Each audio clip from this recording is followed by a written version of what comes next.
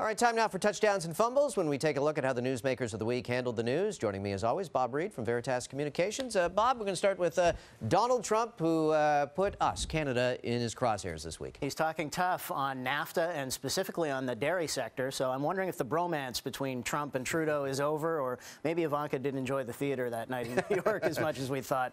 But yeah, a change in tune, whereas before he was talking about minor tweaks with NAFTA, now zeroing in very specifically on the dairy sector.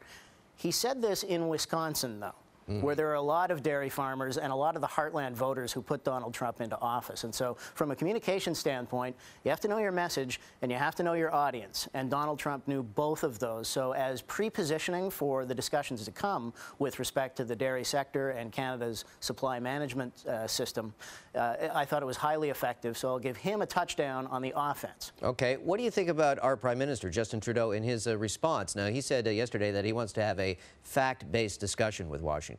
Well, again, know your message and know your audience. And Justin Trudeau was speaking to Canadian dairy farmers, of course, but more broadly speaking, I think to Canadians in general with concerns about the future trading relationship and the bureaucrats, the civil servants, the negotiators who are going to have to sit at the table. And his message was no cause for panic here. Let's look at this in the proper perspective, and specifically with the dairy sector. This was a nice proof point that the Prime Minister put out.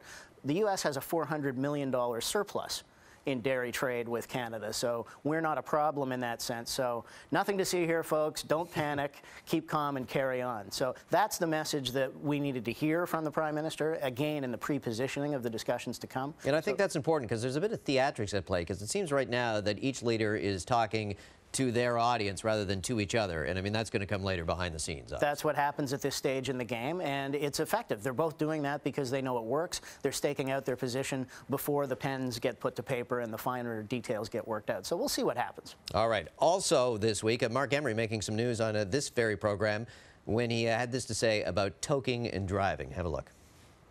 I've smoked pot every day of my life, and I've never had an accident. Remember, pot doesn't impair you. This idea, one of the many myths I have to clear out in the next 18 months, is that pot impairs you. Marijuana makes you more self-aware of your situation, so you'll be a better driver if you smoke pot regularly. All right, what did you make of those comments? Mark Emery is the self-described prince of pot, and he's been advocating for years for the legalization of recreational marijuana.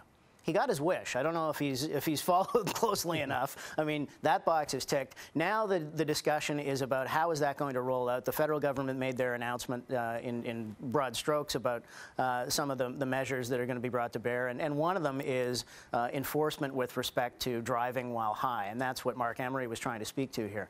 Here's the problem. He has built a pretty good brand as an advocate for marijuana legalization. He's put out some pretty credible arguments in the past. This was a giant pothole, if you will, in terms of a comment, because it doesn't pass the smell test, so to speak. It just does not ring credibly true, and especially when the proof point that he attempts is, well, I've been smoking marijuana all my life, I drive every day, and I've never had an accident.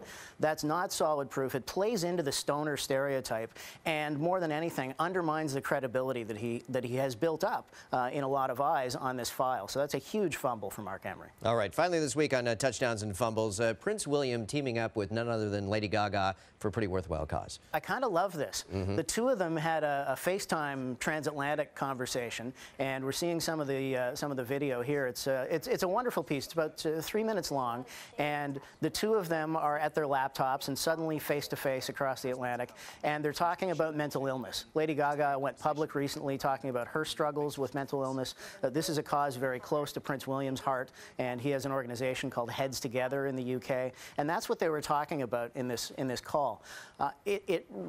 The use of celebrity spokespeople to drive a cause is obviously nothing new, and it's especially effective when there's true authenticity. Well, that's what I was going to say. What I love about this is it's such a personal issue, and it's almost like we're eavesdropping in on a personal conversation between the Prince and Lady Gaga. That's another thing that made it so effective, was how well they sold it, because we really feel like we're flies on the wall, and there are not cameras around them while this is happening. So a full-on touchdown for both of them. Bob Reed, great as always, sir. Thank you so much. You have a great weekend. You too.